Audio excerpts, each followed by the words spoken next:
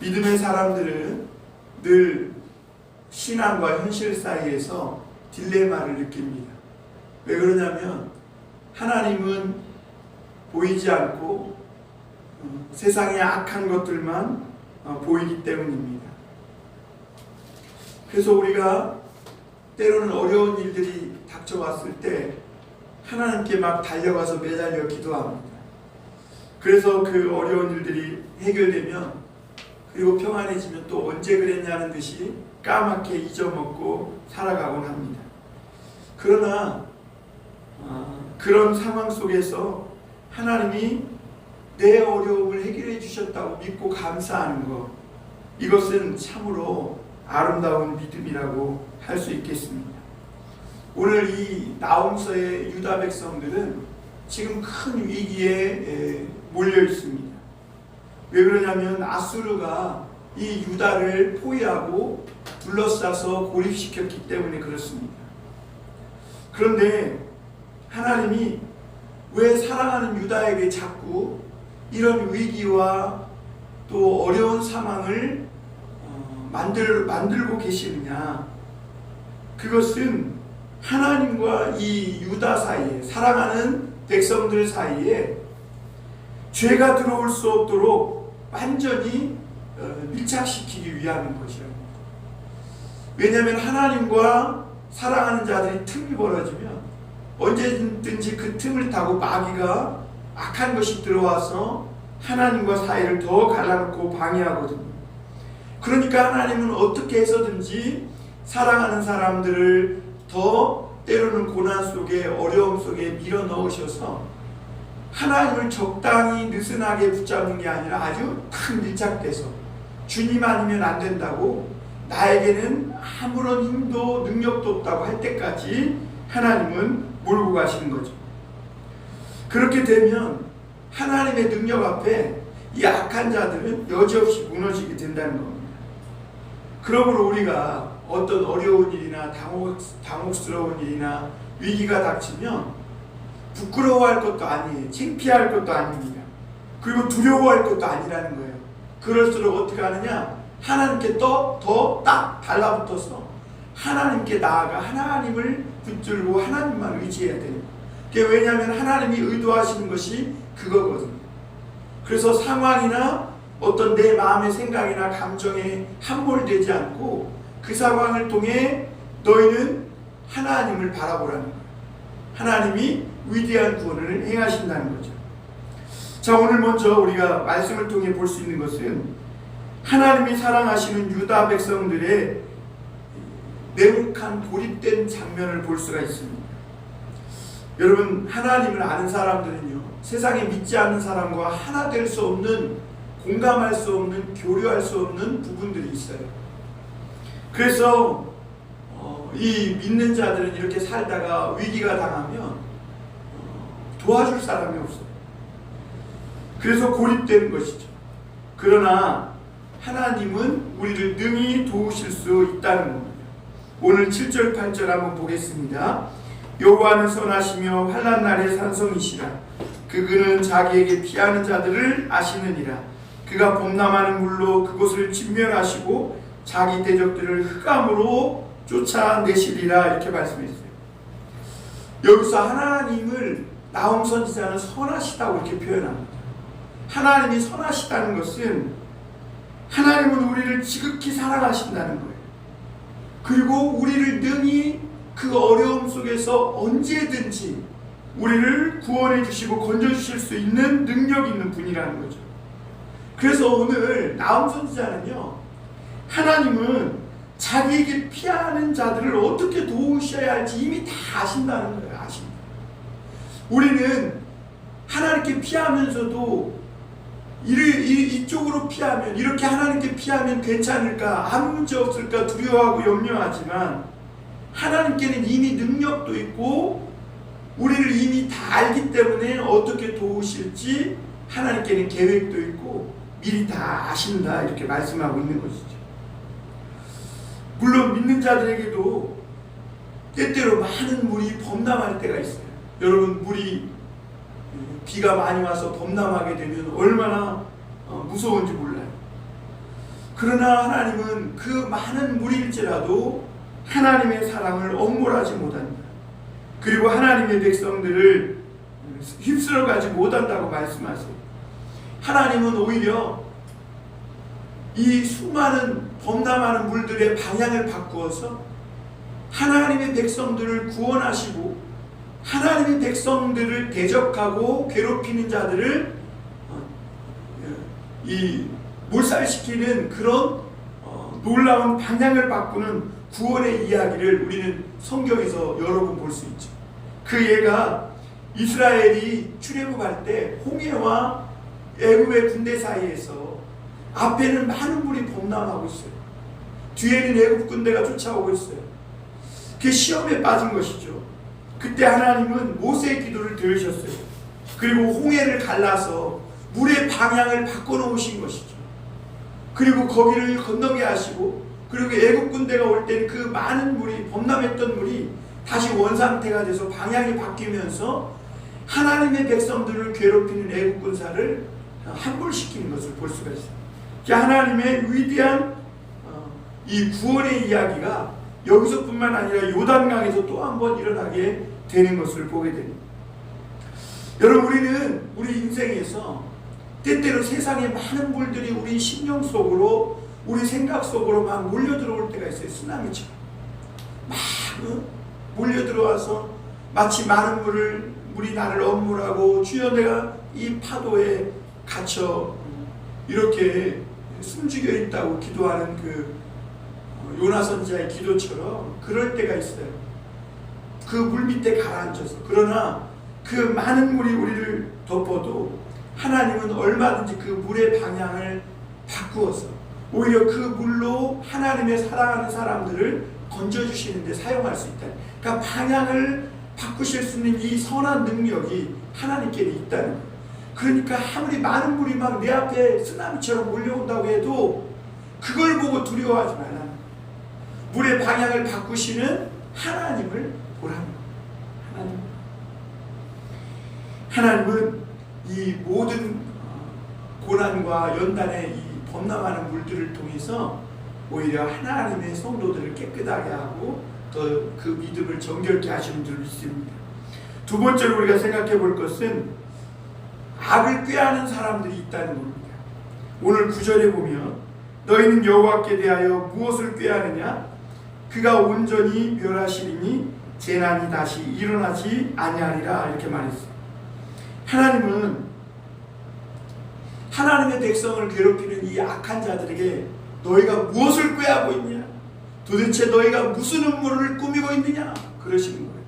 예를 들면 다윗이 사울의 칼을 피해서 도망칠 때 아히도벨은 압살롬의 칼을 피해서 도망칠 때 아히도벨은 아주 모략가였어요. 그런데 하나님은 그 음모를 무산시키고 다윗을 그 죽음의 위협에서 구원해 주시고 생명을 주신 걸 볼 수가 있어요. 오늘 하나님이 악한 자들에게 그런다는 거예요. 이 악한 자들은 하나님이 사랑하는 자들의 생명을 어떻게든지 노략질하려고 음모를 꾸미고 있는데, 하나님은 이미 다 아시고 너가 지금 무슨 음모를 꾸미고 있느냐. 예를 들면 지금 아수르가 유다 백성들을 통째로 예루살렘을 포위해서 그 안에서 완전히 씨가 말라 죽도록, 양식이 없어서 굶어 죽도록 그렇게 만들려고 음모를 꾸미고 있는 거예요. 그런데 그것을 누가 아신다? 하나님이 아신다는 거예요. 당시 아수르는요, 전 세계에서 가장 강한 나라였습니다. 그래서 모든 세계를 정복하려는 음모와 이 야욕을 가지고 있었어요. 그래서 여러 나라를 무너뜨리고, 이제 북이스라엘 무너뜨리고, 이제 남유다까지 무너뜨리려는 음모를 지금 꾸미고 있는 거예요. 마치 이 죄악이 하나님의 사랑하는 자들에게 미끼를 던져가지고 악의 올무에 걸려서 사망의 올무를 놓으려고 하는 것처럼 그렇게 음모를 꾸미는 거죠. 그러나 하나님은요, 내 사랑하는 백성을 건드리지 말라, 이렇게 말씀하십니다. 건드리지 말라. 유다에게는 아직 하나님의 말씀이 있다는 거예요. 그리고 눈물의 기도가 있다는 거예요.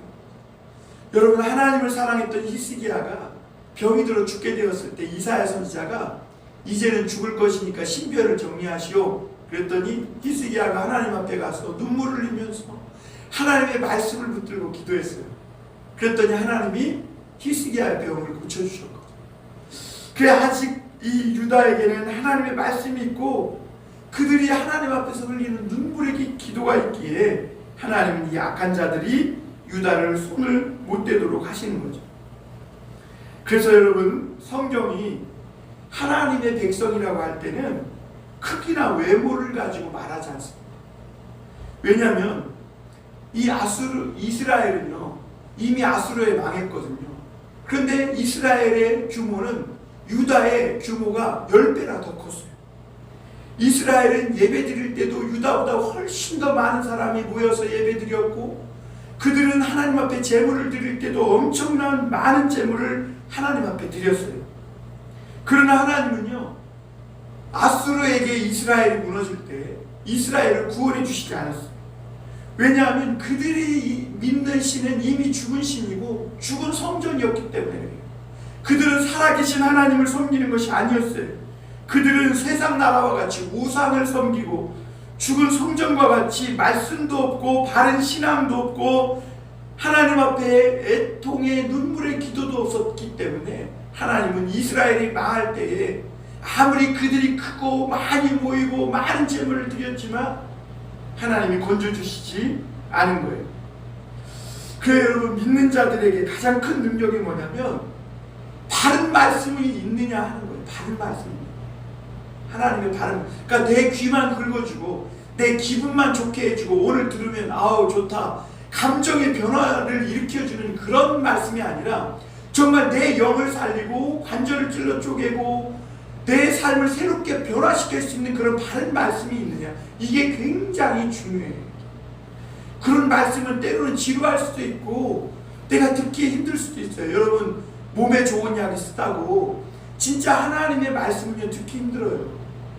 성경을 보세요. 선지자들이 이렇게 하면 산다고 할 때마다 대부분 죽을 자들은요, 망할 자들은 그 말씀을 안 들어요. 왜냐하면 그 말씀이 당장 보면 손해보는 것 같아요. 지루하거든. 그리고 다른 사람들은 다 좋게 말하는데 왜 너만 나쁘게 말하느냐, 그러면서 그 선지자를 오히려 핍박하고 없애버리려고. 그러면 말씀도 안 이루어진다고 생각합니다. 그러나 하나님은요, 말씀은 영영해요. 푸른 마르고 꽃인 시들은 하나님의 말씀은 영원하다 그랬어요. 이 세상의 모든 것은 왔다가 가고 지나가지만 하나님의 말씀은 변함이 없는 진리인 거예요. 그런데 이 이스라엘에게 이 말씀이 없고 기도가 없으니까 망한 거죠. 믿는 자들은요, 그들의 가장 큰 재산 목록이 바른 말씀이 되고 하나님이 되어야 돼요. 그리고 눈물을 흘려 기도할 수 있다는, 이것이 믿는 사람들에게 가장 큰 능력입니다. 그러므로 위기가 왔을 때 믿는 자들은요 절대로 주눅들거나 창피하거나 부끄러워할 필요가 없어요. 예수님은 십자가에 달려서 부끄러워하셨어요? 예수님이 십자가에 달려서 창피하셨어요? 아니에요. 오히려 아바 아버지여라고 부르짖으면서 저들이 행하는 것을 알지 못한다고 저들의 죄를 사해달라고 하나님 앞에 기도했던 것을 보게 돼요. 여러분, 어려움이 오고 위기가 오면 악한 자들이 음모를 꾸며서 나도 모르게 위기에 빠졌을 때 절대 두려워하지 말라. 주눅들지 말고 오히려 하나님 앞에 두려움을 버리고 믿음으로 기도하라는 것. 큰 물이 쓰나미처럼 밀려오면 사실 아무 수영선수라도, 아무리 훌륭한 수영선수라도 살아날 길이 없어요. 큰 물이 쓰나미처럼 밀려오면요 살아날 길은 높은 곳으로 피하는 것밖에 없어요. 세상에 많은 물이 넘쳐요. 악의 물이 넘쳐요. 흉흉한 물이 넘쳐요. 그 물이 넘칠 때 이 물이 덮치지 못하는 곳으로 피해야 하는데 그것이 바로 교회입니다. 하나님의 말씀이 있는 곳이에요. 그 오늘 말씀을 보니까 그가 온전히 멸하시니 그랬어요. 하나님이 뭘 멸해요? 재난 자체를 멸하는 거예요. 재난 자체. 그럼 이런 재난이 왜 일어나는가? 인간 안에 있는 죄악 때문이라는 거예요. 인간 안에 있는 죄악, 거짓말하고 나쁜 짓 하고 속이고 이런 죄악 때문에 재난이 일어나는 거예요. 우리가 하나님을 신뢰하지 못할 때 죄를 지으면 그것이 다 재난과 위기가 되는 거예요. 여러분, 재난은요 반드시 죄를 불러오는 겁니다. 인간은 죄를 지으면 재난이 온다는 걸, 재앙이 온다는 걸 알고 있어요. 또 죄라는 것은 사실 아무것도 아닌 것을 알고 있어요. 그럼에도 희한하게 인간은 미련해서 이 죄에 계속 질질 끌려다닌다는 거예요. 그러다 죄의 파도에 묻혀서 하나님 앞에 완전히 엎드러지면 그제서야 죽기를 각오하고 하나님께 매달리게 되죠. 그러면 그렇게라도 늦게라도 천부에 의지 없어서 하고 두 손 들고 하나님께 나아가면 하나님은 그 죄악의 파도에서 시험의 방향을 바꾸시고 죄를 끊어내고 이제는 믿음의 승리를 거둘 수 있는 이 아름다운 소식을 믿는 자들에게는 주시는 거예요.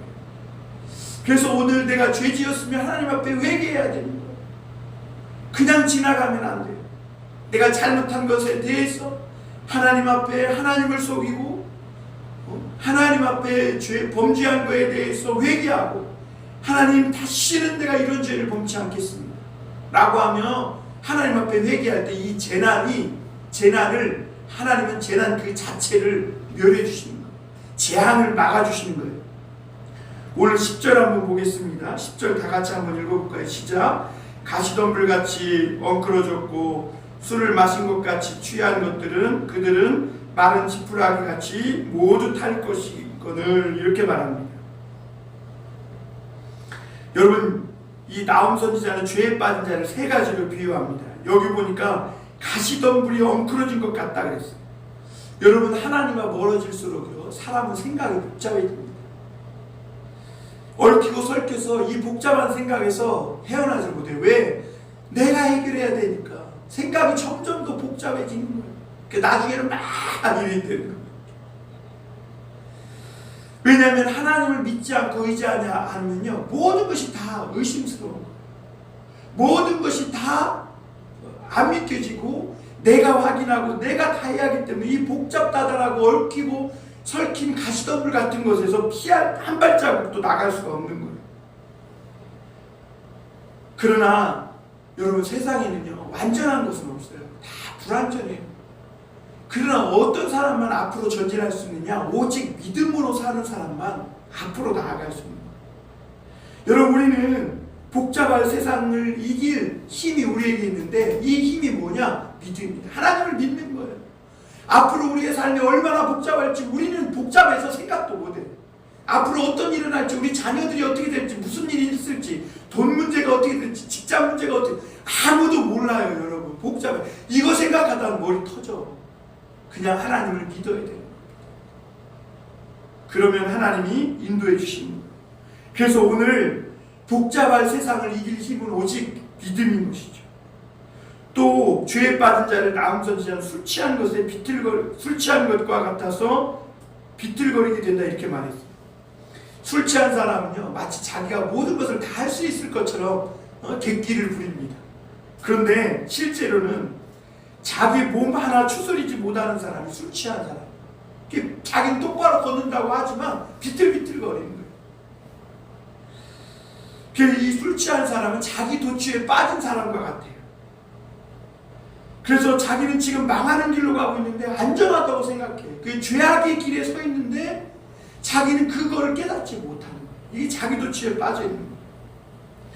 여러분, 우리가 하나님의 성령에 충만해야 돼요. 말씀에 충만해야 돼요.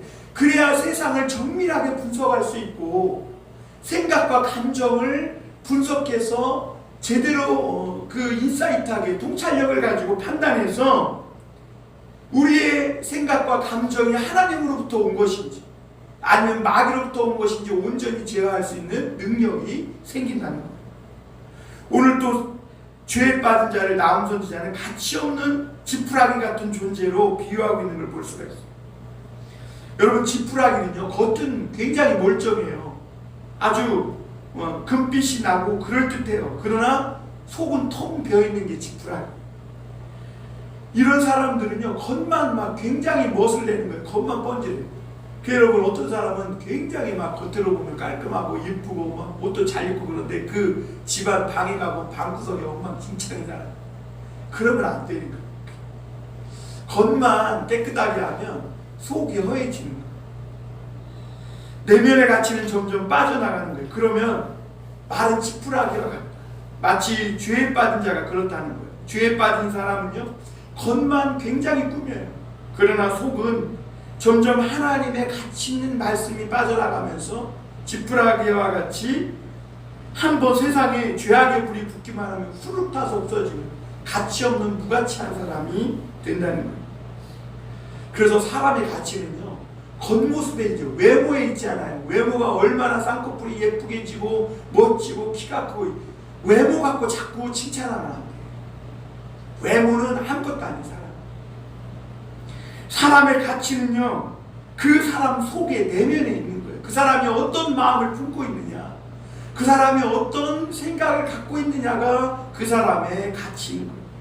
아무리 허우대가 멀쩡하고 잘생기고 멋져도 그 마음에 다른 여자를 막 성폭행하려고 하고 다른 약한 사람을 해치려고 하는 마음을 갖고 있으면 이미 그 사람은 쓰레기 같은 사람입니다.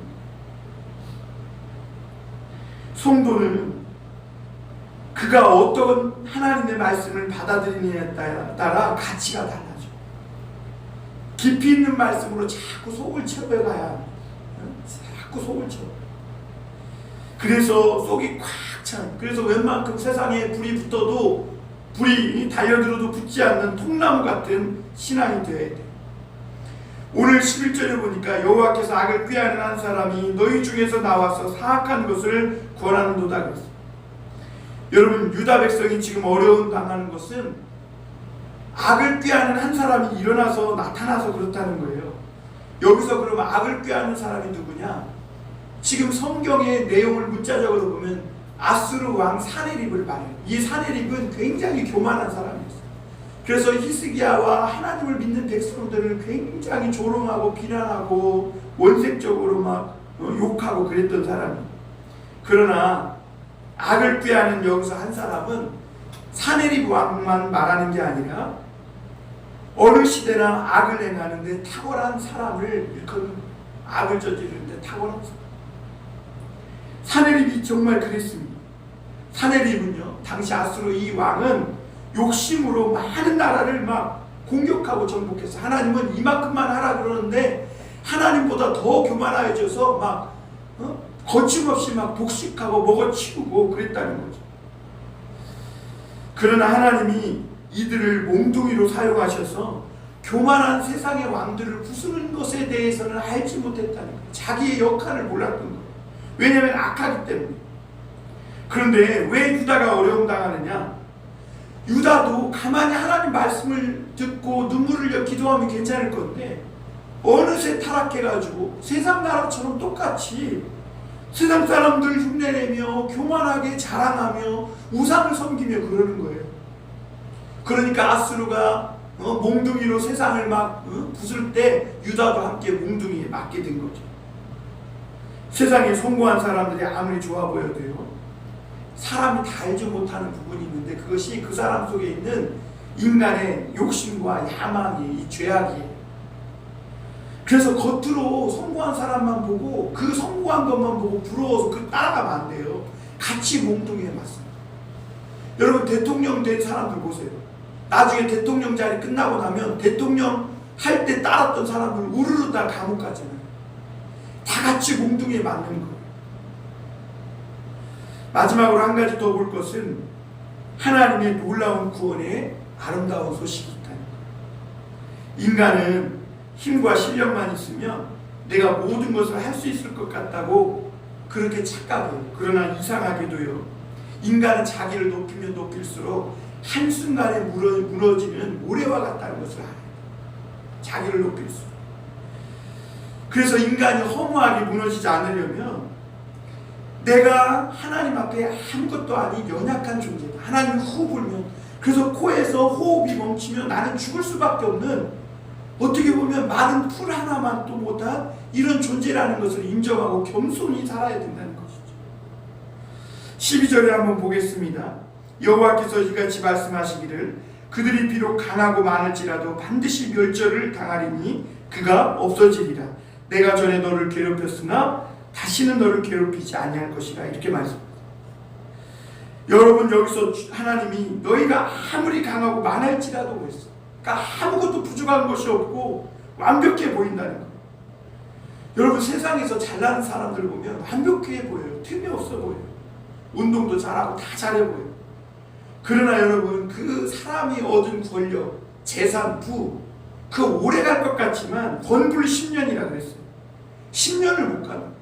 우리나라의 한 전 대통령이 죽으니까요, 장례식을 치르고 화장을 했는데 묻힐 곳이 없어. 그래갖고 그 유골을 집으로 데리 가지고 왔어. 어떻게 이런 일이 있으리라고 생각했어요. 그 사람이 한때는 우리나라의 대통령이 돼가지고 막 왕처럼 사람들 잡아다가 귀싸대기 때리고 막 발로 짓밟고 군합발로 때리고 사람을 막 고문하고 그랬던 사람이거든요. 그런데 그 권력의 자리에서 하나님이 내놔. 그래서 권력의 자리에서 내려오고 나니까 이제는 장례식을 치렀는데도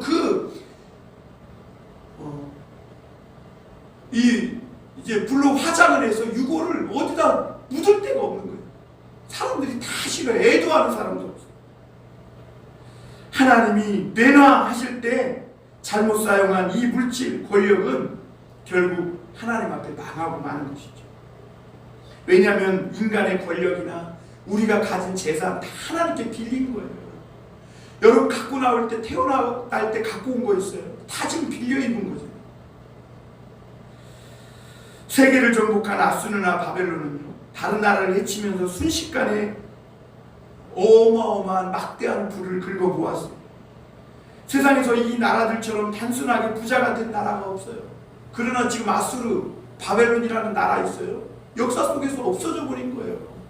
한때는 다른 나라를 정복하면서 정복할 나라가 없을 정도로 막 세계 모든 나라를 흔들고 공격하고 그래서 막대한 부를 축적했지만 지금은 지구상에서 흔적도 없이 사라진 거예요. 그런 나라가.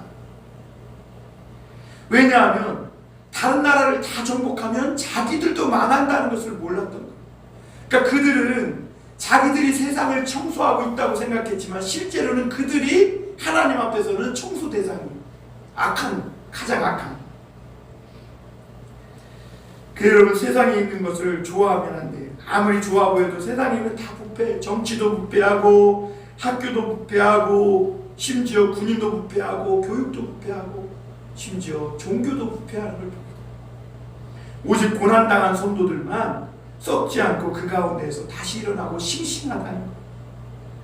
그래서 하나님은 그 성도들, 고난받은 성도들을 다시는 괴롭게 하지 않을 것이고, 지금까지 너희가 멍에를 메고 고생했으니 다시는 내가 너희를 괴롭게 하지 않을 것이고, 왜냐하면 그들이 이미 멍에를 메고 너무나 고생했고 했기 때문에 죄를 깨닫고 하나님 앞에 결국 살아있기 때문에 하나님이 그들을 이제는 괴롭게 하지 않을 것이다. 이렇게 말합니다. 여러분, 정신을 차려야 되겠죠. 13절에 보면 이제 내게 지은 그의 멍에를 내가 깨뜨리고 내 결박을 끊으리라. 하나님이 멍에를 이제는 벗게 되겠다. 그리고 그 결박을 끊겠다는. 하나님은 유대 백성에게 아수르라는 멍에를 이렇게 씌워놨어요. 소에게 이렇게 나무로 뒤에다 이렇게 목에다 이렇게 얹는 거 있죠. 그게 멍이거든요. 그래서 이 유다 백성들을 걸핏하면 돈 뜯기고 괴롭힘 당하고 아수르에게 힘든 일들을 당했어요. 유다는 왜 이런 일을 겪어야 하는지 알지 못했습니다. 그런데 이 모든 것이 하나님께 밀착시키기 위한 하나님의 계획이었습니다. 유다가 말씀을 깨닫고 악한 길에서 떠나 스스로 견비하여 하나님을 의지하니 희한하게 놀랍게도 그 멍에가 벗겨지는 거예요. 여러분, 우리가 멍에 벗으려면 어떻게 돼요? 내 이름으로 일컫는 내 백성이 그들의 악한 길에서 떠나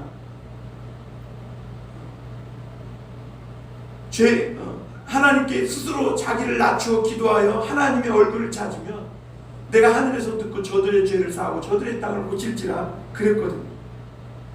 우리가 다른 사람에게 속박당하지 않으려면, 이런 멍에를 매지 않으려면 자꾸 우리도 하나님 말씀에 내 자신을 쳐서 복종시켜야 한다는 것이죠. 우리가 진정으로 낮아질 때, 우리는 놀랍게도 죄의 결박이 끊어지고 하나님의 축복이 부어진다는 거예요. 그래서 성도는요, 가장 자유로울 때가 언제냐? 하나님, 내가 죄인입니다 하고 자기 죄를 깨닫고 고백할 때. 14절에 보면 나 여호와가 내게 대하여 명령하였나니 내 이름이 다시는 전파되지 않을 것이라.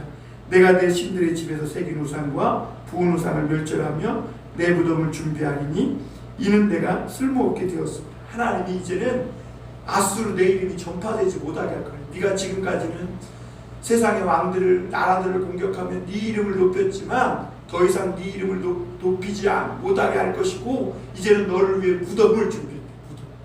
그리고 너가 멸절되게 될 것이라. 이렇게 말씀하고 있어요. 멸절되게 될 것이다.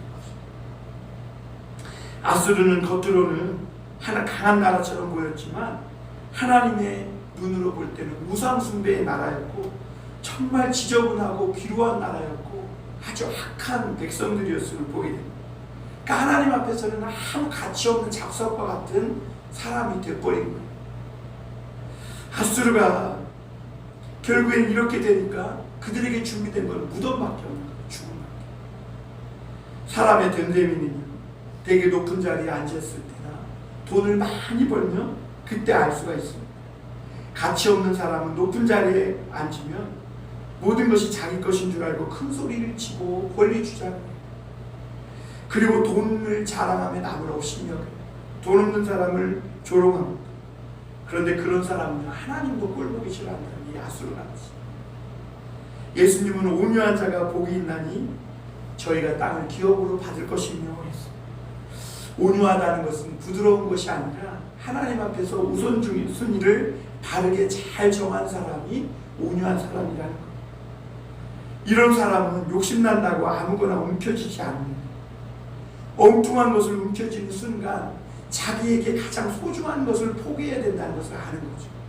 그러니까 파우스트처럼 자기의 영혼을 팔면서 지식의 명성을 내고 싶어하는, 그러지 않는다. 에서처럼 팥죽한 그릇에 자기 영혼을 파는 그런 사람이 아니라는 것이죠. 온유한 자.